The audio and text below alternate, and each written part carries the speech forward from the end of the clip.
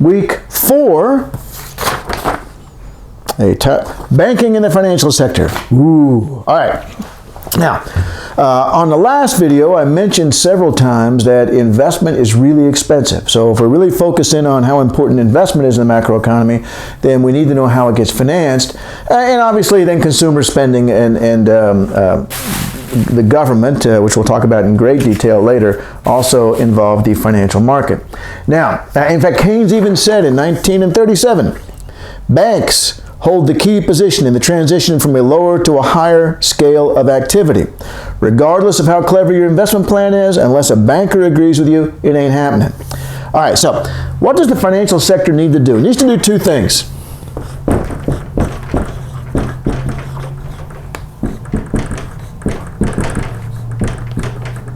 Provide liquidity, or as it says in the book, be capable of providing sufficient funding to support investment and other forms of spending. So it's got to be able to come up with the money to loan to you. And then, second,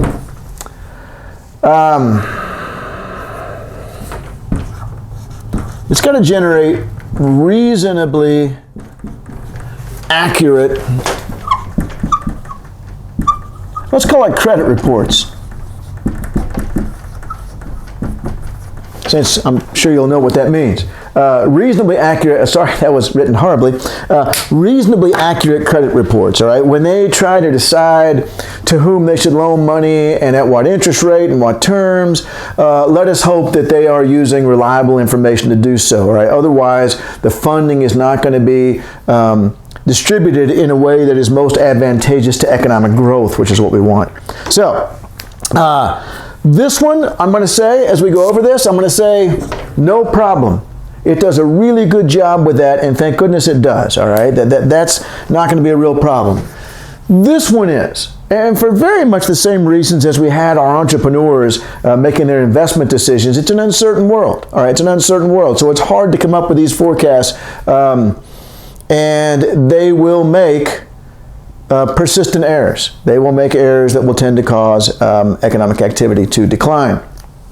Now, let me tell you first of all that, first of all, the sort of person on the street view of banking is that they loan out people's savings. And yeah, they do, but that's a minor part of what they do. And in that explanation of the way banking really works, when they say that, well, they're just loaning out people's savings. And if that were true, then lower interest rates would go. Well, anyway, I don't even want to go. It's a loanable funds theory of interest. It is based on the false premise that banks essentially loan out deposits. All right. Instead, and I was going to do this near the end of this lecture, but I think I'm going to do it up front. Maybe it'll make a nice framework for everything else. Instead, the way banking actually works. Let me use this over here. Think about the following situation. Oh no, I don't want to tear that up. Think about the following situation. That it's an old western town and a farmer has come in to the general store and said, I'd like to buy some seed and some fertilizer.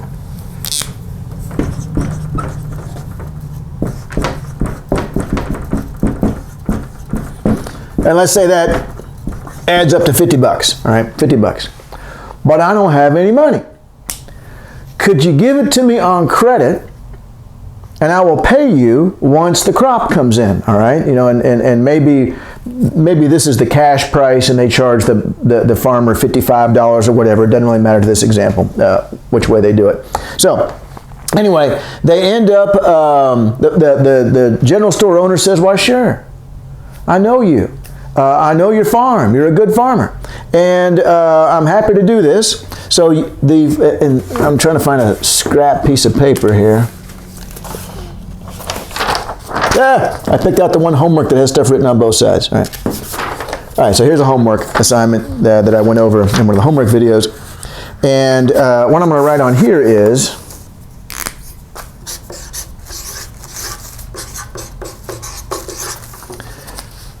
I owe you $50, all right?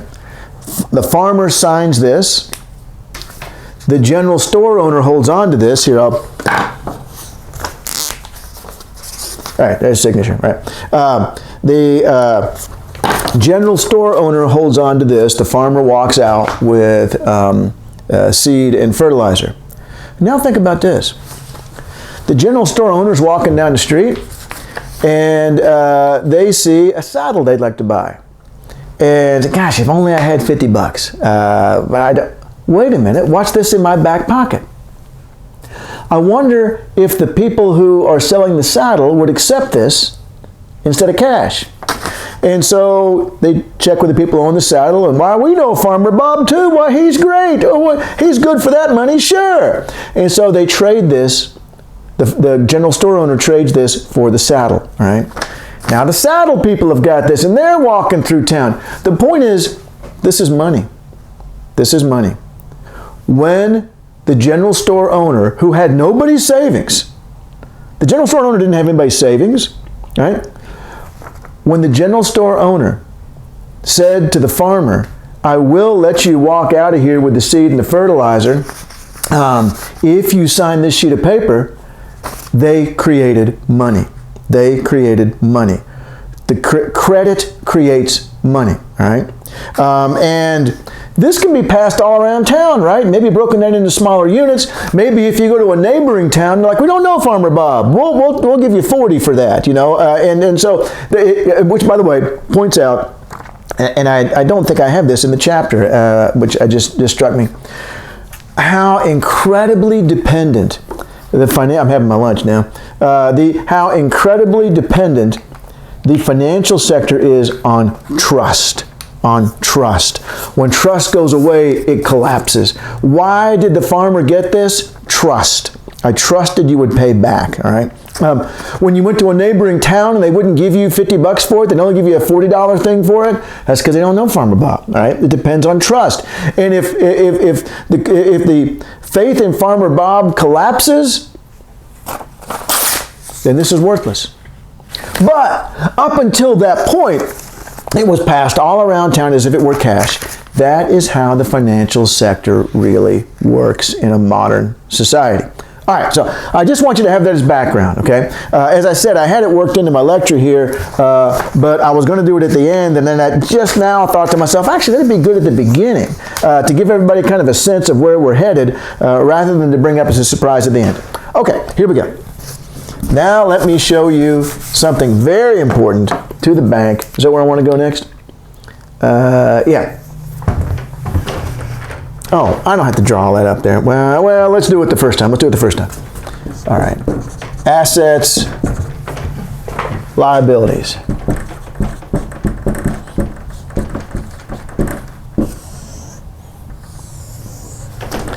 Let's take, and this is the first example in the book, the First National Bank. Let's have a look and see what banking appears as to a banker. All right, let's say let's say these are in millions, and we've got 60 million in treasury bills. I'll explain all these things here in a minute. 160 million in loans, and I've got 20 million in cash.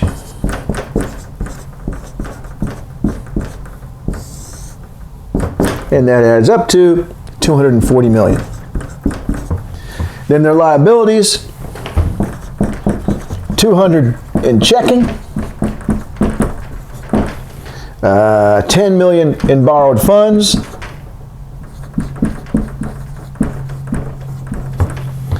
and that leaves them with 30 million net worth, which is 240 million. All right, here's what I got here. The bank measures its activity and its wealth in terms of this T chart here. On the left, this is going back to the Italians, right? In like the 12th century or something like that, they made up double entry bookkeeping and argued that for every asset there must be an offsetting liability, right? And that's what we've got here. Assets are things that add value to the bank. Liabilities are things they owe somebody else, right? So let's go down the assets first. Let's say they own $60 million in U.S. government treasury bills.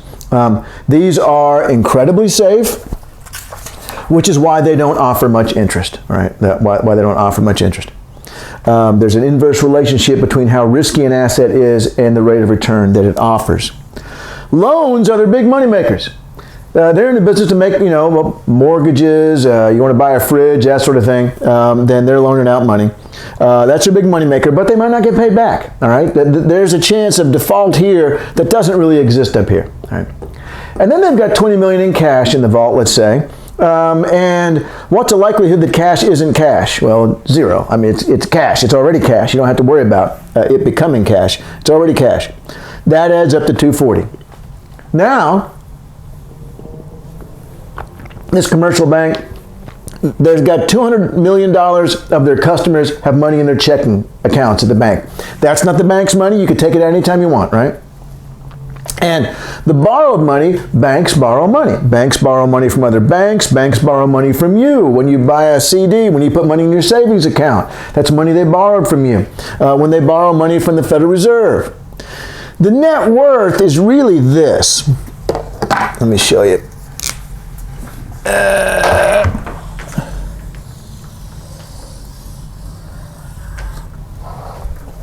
What if we cashed in all of our assets, which would give us 240, and we paid out all of our liabilities, which is 210? What will we have left over?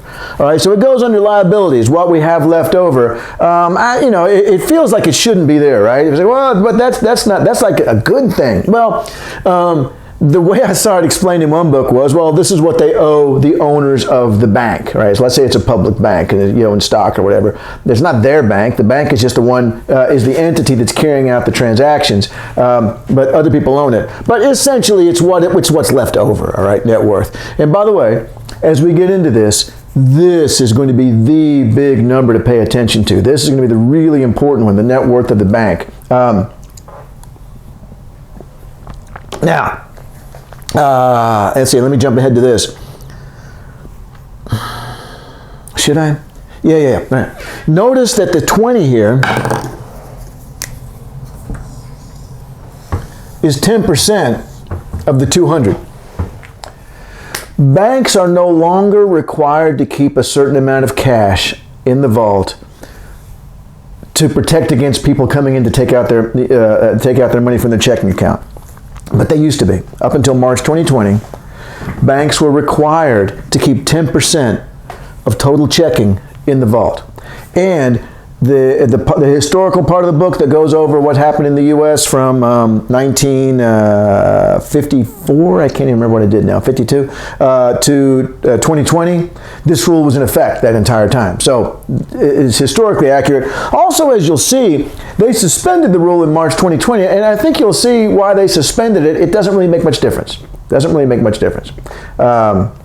Anyway, and they have another way of addressing it now, which I'm not going to go into, because I just want to give you a basic idea of the banking and not an in-depth approach to it. All right. So, in my intro class, when I took intro econ, I was told this was the really important number. Oh no, what if, they only have 20 million in cash, but I'm trying to lean out of the way here so that the computer, there it goes, so that the camera focuses in on the board. There's 200 million in checking, only 20 million in cash. If even 11% of the people suddenly showed up to take their money out, they don't have enough money to cover it. And then you've got that scene like in the movie It's a Wonderful Life, where they're scrambling to get enough cash, or they get in trouble and they end up going to a minimum security prison. That's not really a problem anymore, right? That's not really a problem. Two things. One is there's federal deposit insurance now, which did not exist during the Great Depression. And that means then that that, what is it nowadays, up to 150? I can't even remember. It's never been an issue for me, but the federal government guarantees checking deposits up to a really high amount, so that that I don't have to rush down to the bank to take my money out, or I won't get it out. So that's not a real big issue. Also, you'll see in a minute how the Federal Reserve tends to operate in a way that always makes sure banks have enough cash on hand. All right, but we'll get to that in a minute. What I want you to see next is what happens. Let me make sure I'm not skipping anything here. Yep, talked about that. Okay. I want you to see what happens when somebody takes out a loan. I want you to see what happens when the economy is trying to expand. All right? And let's say somebody comes into the bank and they want $10 million to start a new pizza franchise or something like that. And the loan officer is like, whoa, this is a good idea. They've looked through the portfolio. They're like, this looks fantastic. What you don't want as the loan officer is for this person to leave your bank and go to another bank. So you're like, yeah, we'll do it. All right? We will loan you the $10 million. So that just raised our assets under loans from 160 to 170, and in total from 240 to 250. All right, so we will make you this loan. And how do they make the loan?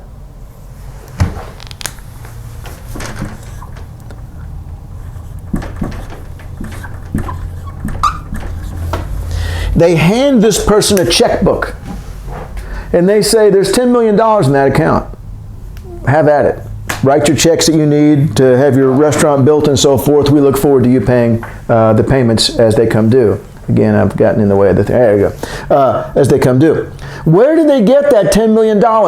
Nowhere. They got it the same place that the general store owner got this.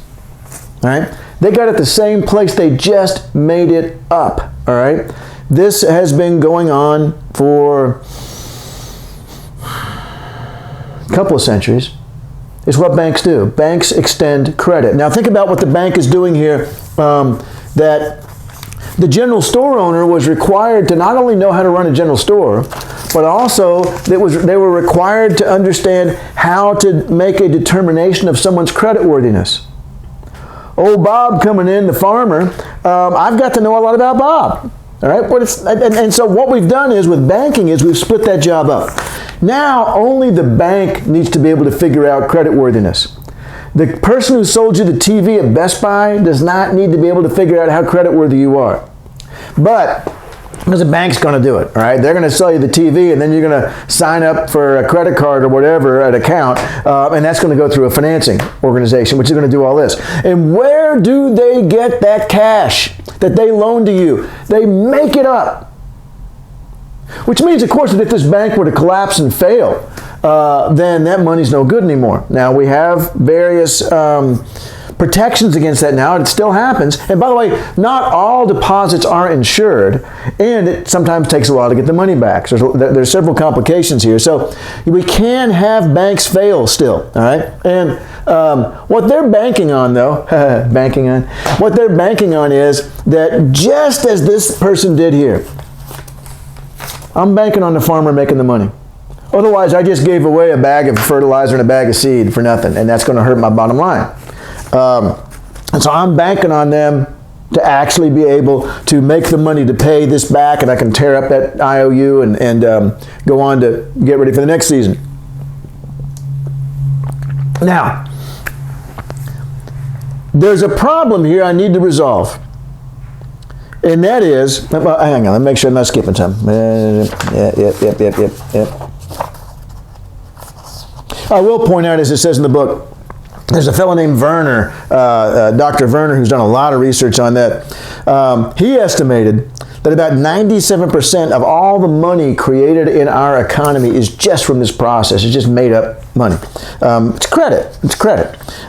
Now, let's see here. All right. So there's an unresolved issue here. Before March 2020, this bank now, I'm trying to back out a little bit more. This bank now faces a problem. And that is that they are short $1 million in reserves. If they have to keep 10% in the vault, then that was fine when there was $200 million and they had $20 million, but now they're short $1 million, right? They're short $1 million. Again, this rule was suspended in March 2020, but it's nevertheless going to be a good place to start to understand how things work here, because it's going to point out why they got rid of the rule. Now they've got 210, so they need 21. All right, well, a couple of things. First of all, they can, back when this was a rule, they had 14 days to comply with the rule.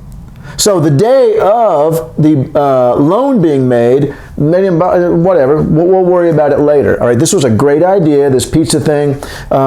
We're going to back it up. We don't want you to walk out of here. We want you to borrow from us. We'll worry about where we're getting the money later. All right, so 14 days. The first place they will look is the federal funds market. All right, if they find themselves short of cash, the first place they will look is called the federal funds market. Now that makes it sound like it's a government market, doesn't it? But it's not. It's a private sector market, but it's a private sector market that is largely existing only to meet a federal requirement. Well, a lot of what it was, I would say largely, but a lot of what it did was help banks meet this requirement. Because what if at the end of the day we find this bank is short $1 million and some other bank has an extra $1 million in their vault because of what happened during the day, deposits and withdrawals? They had an extra $1 million. So what will happen is this bank will borrow $1 million overnight. These were overnight loans. They will borrow $1 million overnight. That'll change that to 21. That'll change that to 11. All right? That'll change to 21. Where'd they get the money? They borrowed it. That's going to change to 11. All right? So that's one of the ways they will solve this problem. They will reach out to other banks, all right, to see if they have cash. But, and here's the really interesting scenario. What if they find out that pretty much everybody's short of cash right now? Pretty much everybody's short. That the entire economy is expanding. Lots of people are borrowing money. Everyone's finding themselves short. Oh no! There's nowhere to go to find this cash. So we're all competing for this cash. These banks are competing for the cash down here, which is going to tend to drive the interest rate up. How do you compete for this? You offer more interest. How do you compete to try to get the money to meet this federal requirement? You offer to pay more interest. So if we don't resolve this problem of the entire system being short of cash, then it's going to drive the interest rate up. All right, now I'm going to take a leap over to another institution, the Federal Reserve. The Federal Reserve, as you may know from seeing the news and so forth, the particular variable they tend to target is the interest rate. So, if we leave this situation alone, where this bank is short and everyone else is short too, and it's going to drive up interest rates, the Fed's going to miss its target. The Fed sets a target for the interest rate, and it's going to miss its target if it doesn't do something. So what does it do? It buys one of these from you. It says, I'll tell you what I'll do. Mark that down to 59, mark that up to 21, problem solved. We meet our target, and the Fed provided the missing cash because they knew if they didn't, they would miss their interest rate target. They had a target for the interest rate, which was their interest rate was being pushed up by the fact that banks didn't have enough cash to cover their required reserves. And so the Fed then, in order to meet its target, has to inject new cash into the system. How does it inject new cash? Because it doesn't just give people money, it buys something. And what does it buy? The safest asset on the planet, U.S. Treasury bills. So that's the second way to solve the problem. And notice here, and I'm going to let that, oh, it actually focused okay right now. Notice here then that in the situation where banks can't get the required cash, the Fed just supplies it, well then why have the rule at all? Why have the rule at all if the Fed's going to supply the cash automatically? Now, that doesn't mean individual banks can't fail. Individual banks can still screw up and have the managers go to minimum security prisons and stuff like that. But in general, the Fed stands ready to inject any missing cash so that if this target isn't hit, on average for all the banks, they will inject enough money to make sure it does get what they need for the required reserves. So why have the rule at all?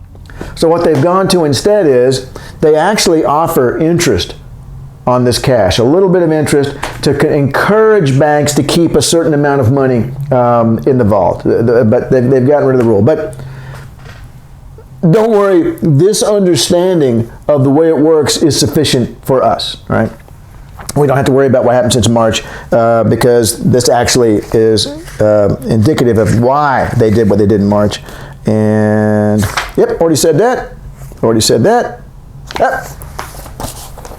See the IOU example from the Old West? That's when I moved way to the front. I was going to bring it in now, but I think it was a good decision to bring it to the front.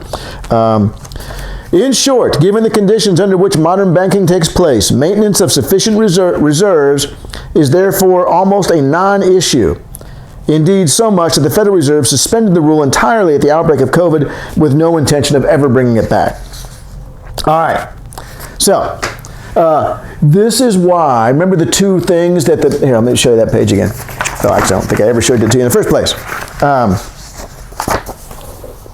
What does the financial system need to do? See the 1 and 2 there in the middle of the page? Be capable of providing sufficient funding to support investment and other forms of spending. No problem. They're allowed to make up money. Now, they've got to do it with an eye towards making sure that Farmer Bob's going to pay back, but they're allowed to make up money, so no problem. So in terms of requirement number 1, that the system be able to provide liquidity, to provide funding, they have no problem doing that. They have no problem doing that. And think for a moment, what if they did have a problem doing that? How it would really royally screw us over. Let's say that we're coming out of the financial crisis, 2007 to 2009 is the recession. And let's say that banking really did work the way you see it described a lot of times, where banks can only loan out people's savings.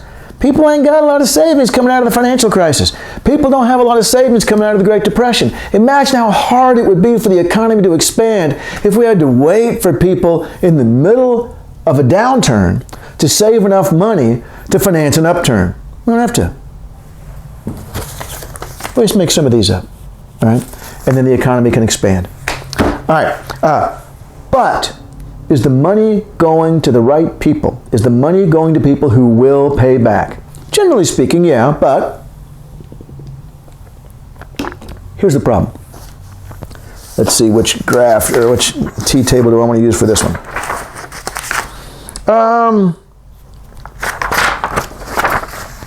Yeah, let's do that one I just erased, which is just do the same one all over again. Yep. You wonder why I'm careful about picking these pens up every time they fall? Because one time I found the dog with one. And can you imagine the dog chewing this up on the couch or something? I know I can imagine it, and I don't like it. Assets, liabilities. All right, so I'm just going to do the same example. 60 million in treasury bills, 160 in loans, 20 in cash. So we've got 240 in total. And then I believe I had 200 million in checking deposits, 10 million in borrowed funds. That meant 30 million net worth, and that adds up to 240. Now, I mentioned earlier that the big number here that we're really going to focus on is this one. And that's right. That's what's keeping the bank from being insolvent. If that number even approached zero, all of a sudden somebody from the Federal Reserve would be showing up at your bank and asking to look at your books, all right, and potentially taking the bank away from you. And then what they try to do is they try to fix up the bank and sell it back to the public. And if they can't fix it up, they just shut it down. All right, so that's how much the bank is worth. Right? And as I say, if it becomes a negative number, then you're clearly in trouble. You're now insolvent. You couldn't possibly meet your obligations, even if you cashed in all of your assets. But honestly, in real life, even if it got close to zero, the Fed would show up and say, what the hell's going on here? All right. Why would it become a smaller number? I mean, let's keep these two the same and think about these three numbers over here on the left. Treasury bills are the safest asset on the planet, which is why they pay practically no interest. Cash is already cash. Uh-oh. What if Farmer Bob can't pay back? What if you reach the point where you're like, we're not going to get that money back. Let's just write that off. Let's just write it off. We got what we could, and now we're down to 150. What happens over here? That becomes 20. All right. And so as these on the left depreciate, as we lose numbers over here, we're not going to lose them here or here, but as the loans are defaulted on, so the bank gets in trouble. The bank gets in trouble. And this is what's going to cause a bank failure, is this number over here. It's not going to be a problem from how much money they keep in reserve, because of course they've withdrawn the rule anyway, but even before that, it wasn't really a problem, which is why they got rid of the rule. It was never a big deal. And so as a consequence over here, this is what we worry about. What we worry about is, in the lead up to the financial crisis, all of a sudden the subprime debt, these assets that were, the loans that had been made to people in these new houses, they were starting to cross off the numbers. They're like, yeah, they're not paying back. Yep, they're not paying back. They're not paying back. And so when this number gets small enough, that's when the Fed shows up and takes over your bank. And of course, if it goes negative, then they show up with bulletproof vests and drag you out kicking and screaming. I'm not sure, I made that part up. Now, there's a particularly interesting and important number we can pull off of this initial chart here. I'm going to write it, let's see, right over here. Thinking of the original number.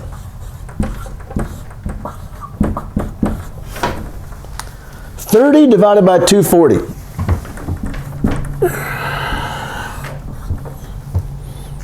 30 divided by 240 is, I have it in my notes somewhere, but let me just pull up a calculator. Is it 12%? I've done this example so many times now, you think I'd remember. It's calendar, you idiot. All right, calculator, here it is.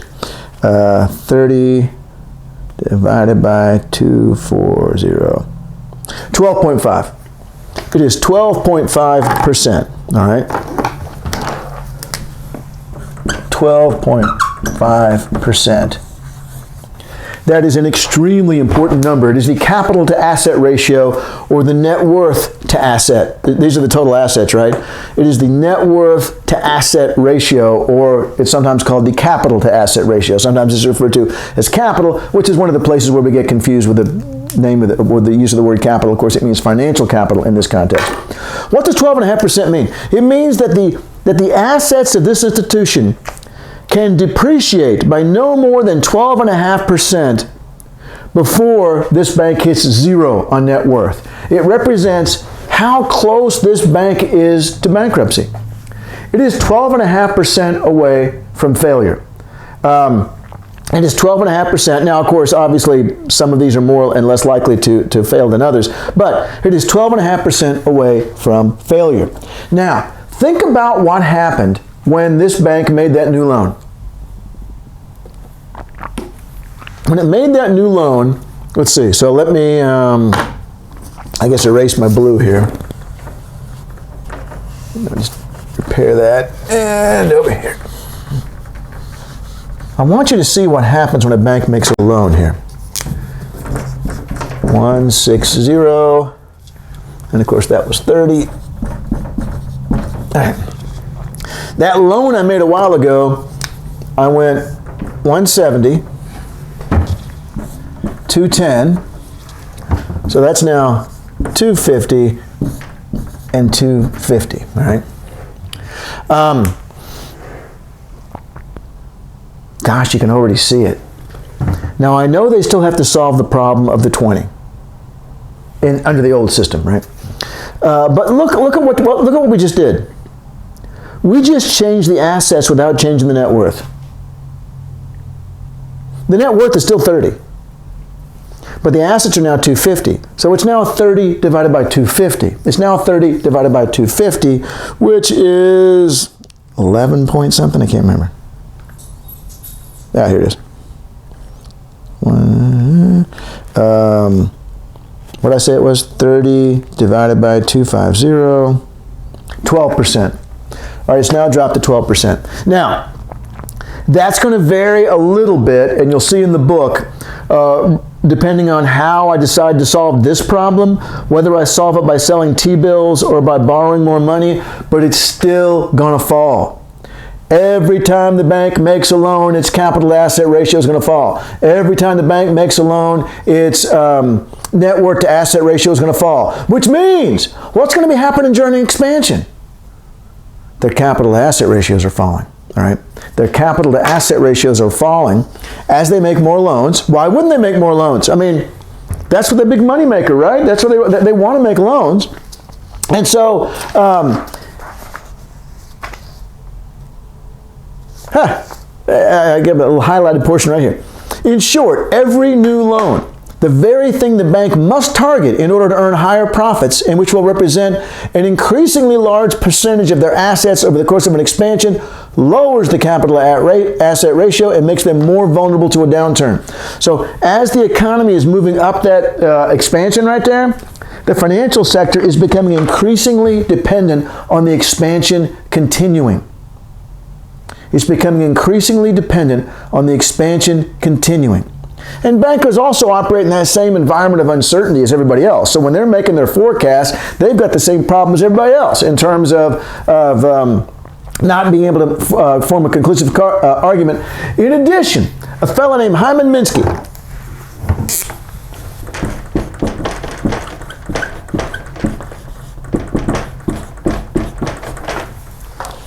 came up with something that people call Minsky's financial instability hypothesis. He says that as the economy expands, people become less risk averse. They become more willing to take chances. So not only is every loan going to make that number smaller, but also on top of that, you're going to become increasingly willing to think of 12.5%, that was way too safe. I'm sure we're fine at 10%. They're going to think that they've missed out on profit opportunities and need to make sure that they invest even more. All right. So that's worrisome. What it says is that, I've already told you that, with the expansion, they're going to saturate the market for physical investment. You're going to cut back on how many restaurants we need, which is going to cause the faucet to be closed off a little bit. Pardon me. And that people will therefore be surprised when they don't sell as much as they thought they would. Right up there, that last part of the expansion, the late expansion, they'll panic and we'll go into the recession.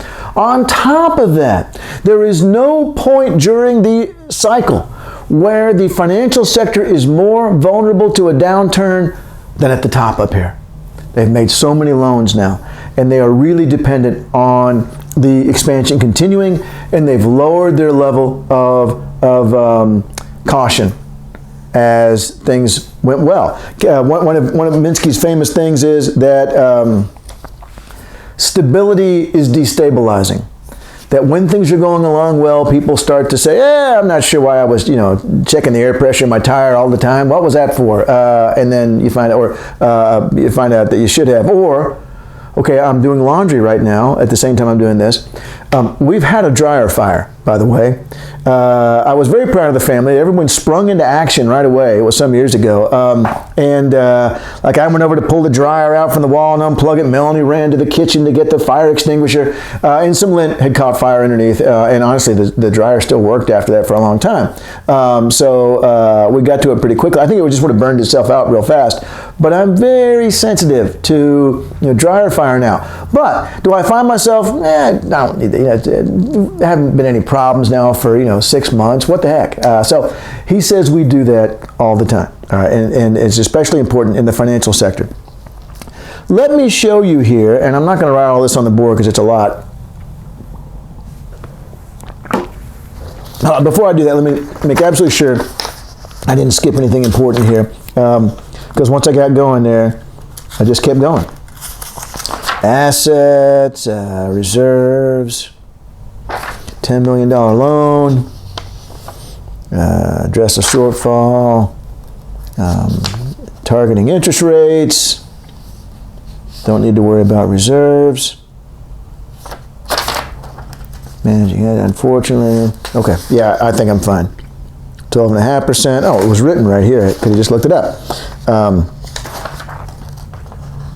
And already told you that. Hyman Minsky. Okay, we're in good shape. We're in good shape. I've covered everything I was worried about covering. All right, now let me show you this. And I'm not going to bother to write this one on the board. It's a lot. This is Lehman Brothers. Lehman Brothers declared bankruptcy in September of 2008. And I'm not going to go through what all those things stand for, but it's in the book if you want to see what all those different categories stand for. But notice the net worth, 29 trillion, and the total assets, 644. That turns out to be 4.5%. That turns out to be 4.5%. 29 divided by 644 is 4.5%. So Lehman Brothers was 4.5% of a depreciation in any of those assets. Cash isn't going to depreciate. That's perfectly safe. But the other stuff, like the financial instruments owned, that's stocks. All right. If those depreciated by 4.5% or more, then they were going to be in deep trouble. In a single week during the financial crisis, the stock market lost 20%. So if they were even anywhere close to the particular assets that lost value, they were wiped out. And it's exactly what happened. Now, by the way, okay. And two things. One, this is why after the financial crisis, the Federal Reserve didn't make any changes on how much cash they required you to keep in the vault. In fact, they later got rid of the rule entirely. The financial crisis is going to end. It was like 2007 to 2008, and then the recession continued till about midway of 2009. So about 11 years before they got rid of the rule. But so clearly the Fed was never worried about this. You know what they did change? They changed this. They changed. Uh-oh, Melanie's home and the dog's gonna go crazy for a minute. Let's hope it's not too loud. They did change the rule on how much you had to keep in the vault. They changed the percentage. Now, let me tell you real quick, and I'm not going to spend a lot of time on this, but on the assets, when they calculate the capital asset ratio, they don't count every asset as exactly the same. The $20,000 under cash, that still gets to count as $20,000 because it's nice and safe. The financial instruments owned, they count it as a fraction of the 270,000 when they're calculating that ratio. All right, so it's not important for us, but long story short, they were very close to bankruptcy, and they got there very quickly. And the Fed decided to let them go under. They went bankrupt, as I said, in September 2008. So we're about done. I want to tell you here at the end that we're focusing on the bad stuff, right? I had a friend who is an Austrian economist, and my school of thought and his school of thought have a number of things in common, except that, as he said, it seems like you post-Keynesians, me, we tend to focus on when things go bad, and us Austrians, that's him, tend to focus on when things go well. And it's like, well, actually, that's not a bad thing to say. But to me, it's like we're focusing on the plane crashes because we don't want another plane crash. And they're focusing on all the times that the plane went from Atlanta to Chicago with no problem. So, okay, well, that's kind of interesting. We'll get something out of that. I think we'll get a lot more out of the crashes. I say that because I don't want you to think that what this is saying is that the economy or that the stock market's in this constant state of flux. And I want to read to you here, to finish off, I want to read to you here from something from Keynes. We should not conclude from this that everything depends on waves of irrational psychology. On the contrary, expectations are often steady, and when they're not, other factors exert their compensating effects. We are merely reminding ourselves that human decisions affecting the future, whether personal or political or economic, cannot depend on strict mathematical expectation. What he's saying there is it's not the risk thing where you know all the odds and all the outcomes. Since our basis for making such calculations does not exist, we don't have those data. They don't exist in the real world. And that it is our innate urge to activity which makes the wheels go round. What's that? That's animal spirits, right? Our innate urge to activity. Our rational selves choosing between alternatives as best we are able, like in the last video when we crossed off the 20-sided die. We said, well, I'm not going to pick the 20-sided die. The 12-sided is better than that.